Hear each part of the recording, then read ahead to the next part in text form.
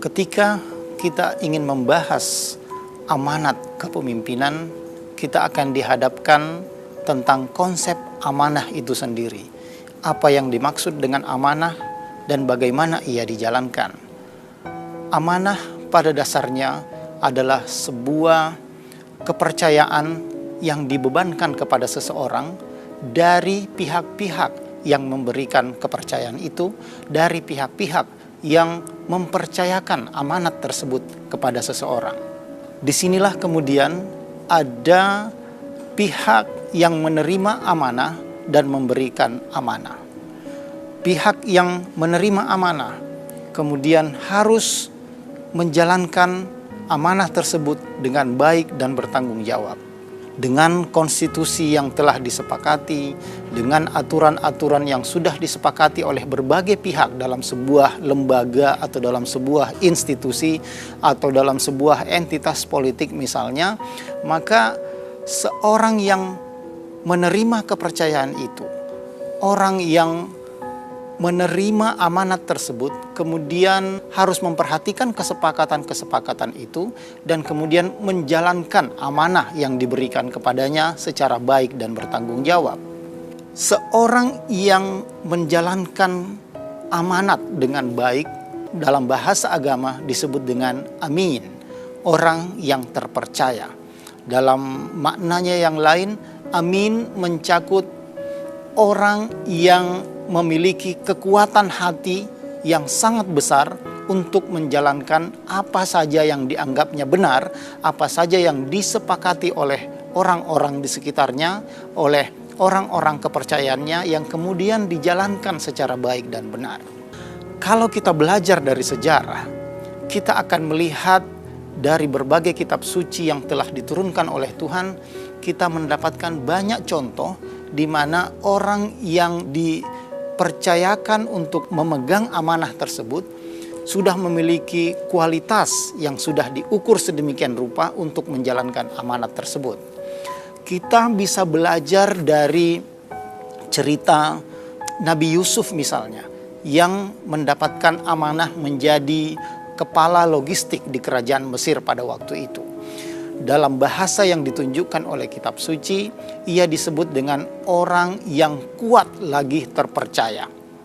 Nabi Yusuf dianggap sebagai orang yang memiliki kekuatan hati untuk menjalankan kebijakan-kebijakannya, dan pada saat yang sama ia adalah orang yang terpercaya. Kita bisa melihat contoh lain lagi, misalnya pihak yang selama ini dipercaya untuk menyampaikan wahyu Tuhan kepada Nabi. Dalam hal ini, dalam konteks agama Islam, ada malaikat Jibril yang juga digelari dengan Al-Amin, As-Saduq Al-Amin. Orang yang benar, orang yang punya kekuatan hati yang besar, dan orang yang terpercaya. Pihak yang terpercaya oleh siapapun.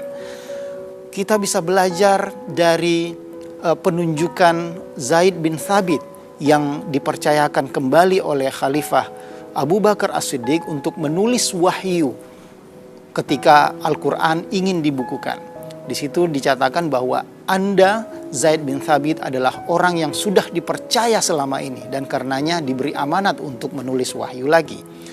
Atau dalam banyak kisah nabi-nabi sebelumnya kita akan melihat banyak contoh betapa orang yang diberi kepercayaan adalah orang-orang, pihak-pihak yang selama ini sudah menunjukkan kualitasnya, menjalankan kebijakan-kebijakan, sudah menunjukkan kelasnya yang baik untuk menjalankan berbagai kebijakan-kebijakan yang ia miliki.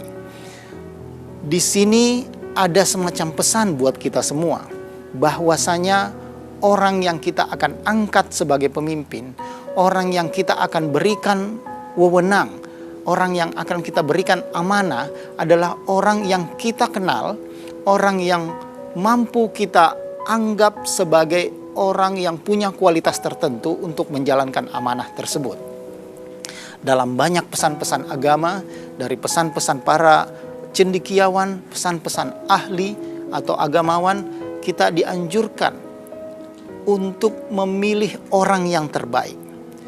Kalau kita menemukan beberapa orang beberapa pihak yang memiliki kualitas yang sama, maka kemudian kita diharapkan untuk bisa mencari orang yang memiliki kekurangan yang paling minim di antara opsi-opsi, di antara orang-orang yang bisa kita pilih. Sekali lagi, di sini sangat penting untuk mengenal siapa atau pihak-pihak atau orang-orang yang akan kita percayakan amanah tersebut.